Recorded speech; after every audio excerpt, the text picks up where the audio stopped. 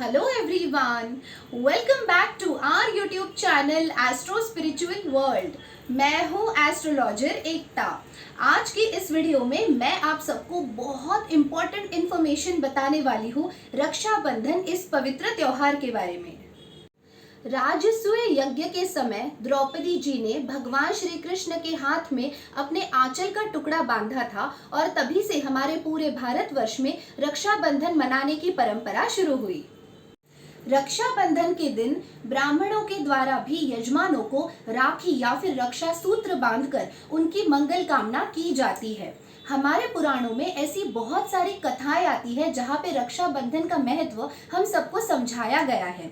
ऐसा जरूरी नहीं है कि उस दिन सिर्फ बहन ही अपने भाई के कलाई पे राखी बांधती है, बल्कि ऐसा भी बहुत सारी कथाओं में देखा गया है, सुना गया है कि पत्नी अपने पति की रक्षा के लिए उसके कलाई पे उस दिन रक्षा सूत्र बांधती है।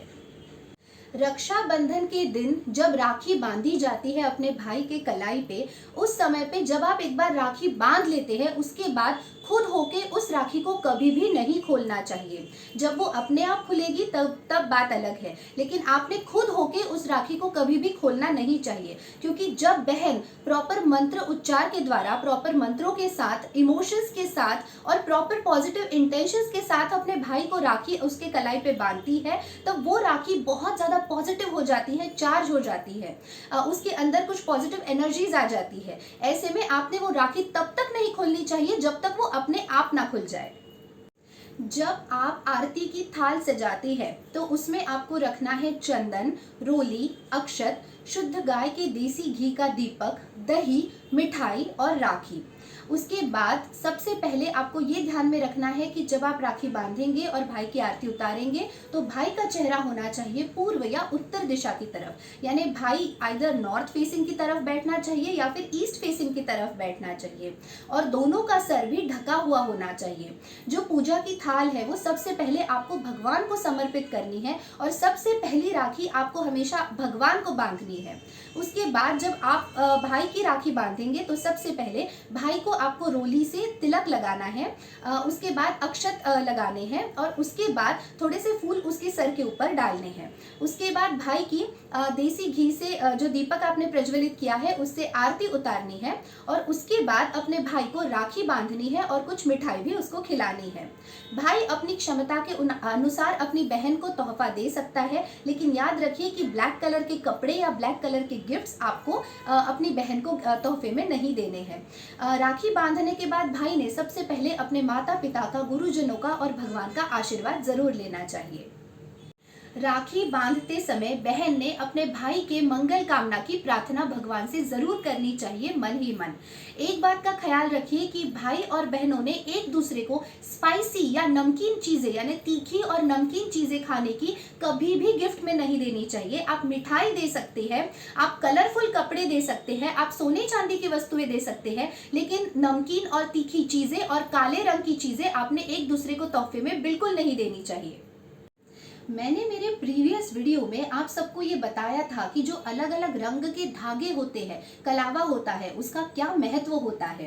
तो आजकल मार्केट में बहुत सारी कलरफुल राखियाँ मिलने लग गई है, लेकिन जो आइडियल राखी होती है वो red, yellow and white colour के धागों से बनी हुई होती है और उसमें चंदन का टुकड़ा लगा हुआ होता है। अगर आपको वैसी राखी मार्केट में इजीली नहीं मिलती है तो एटलीस्ट आपने ऐसे रंग की राखी चूज करनी चाहिए जिसमें रेड एंड येलो कलर के धागे मिक्स हो।